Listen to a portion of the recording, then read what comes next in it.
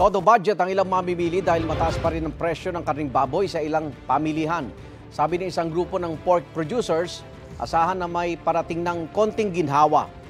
Price check tayo bago nyo iyan i-add to cart. At live mula sa Maynila, ng balita si Bea Pinlac. Bea!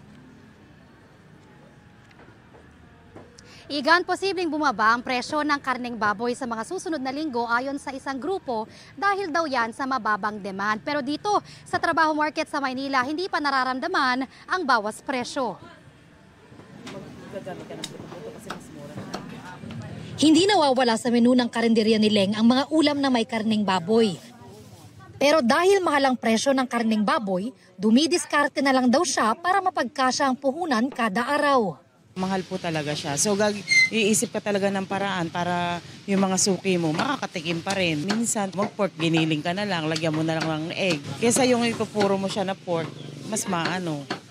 Hindi ka natutubo talaga, tas mahal pa ng gas. Todo budget din ang iba pang mamimili dahil hindi lang naman daw baboy ang mahal sa palengke ngayon. Binabudget ko na lang.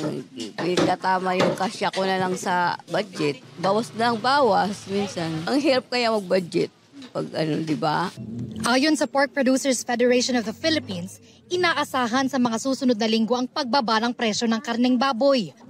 Humihina raw kasi ang demand ng baboy kaya bumababa rin ang farm gate price nito. Basta dumadating na July hanggang August, bumababa talaga yung presyo ng karneng baboy. We relate it to yung buying power ng consumer kasi usually this time yung nagastos nila sa pang-tuition ng mga bata.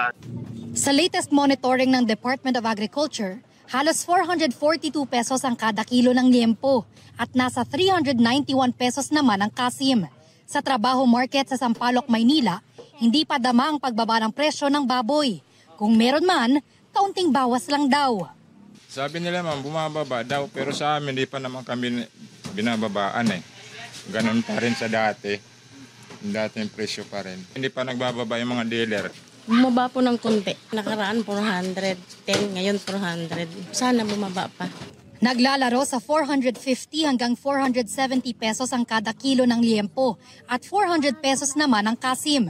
Sabi ng Pork Producers Federation of the Philippines, may epekto rin sa presyuhan ng karneng baboy sa palengke ang transportation cost. Halimbawa, maaaring magmahal ng hanggang 6 pesos ang transportation cost sa baboy na idinadaan sa San Juanico Bridge na nagdudugtong ng Samar at Leyte sa Region 8 ayon sa grupo.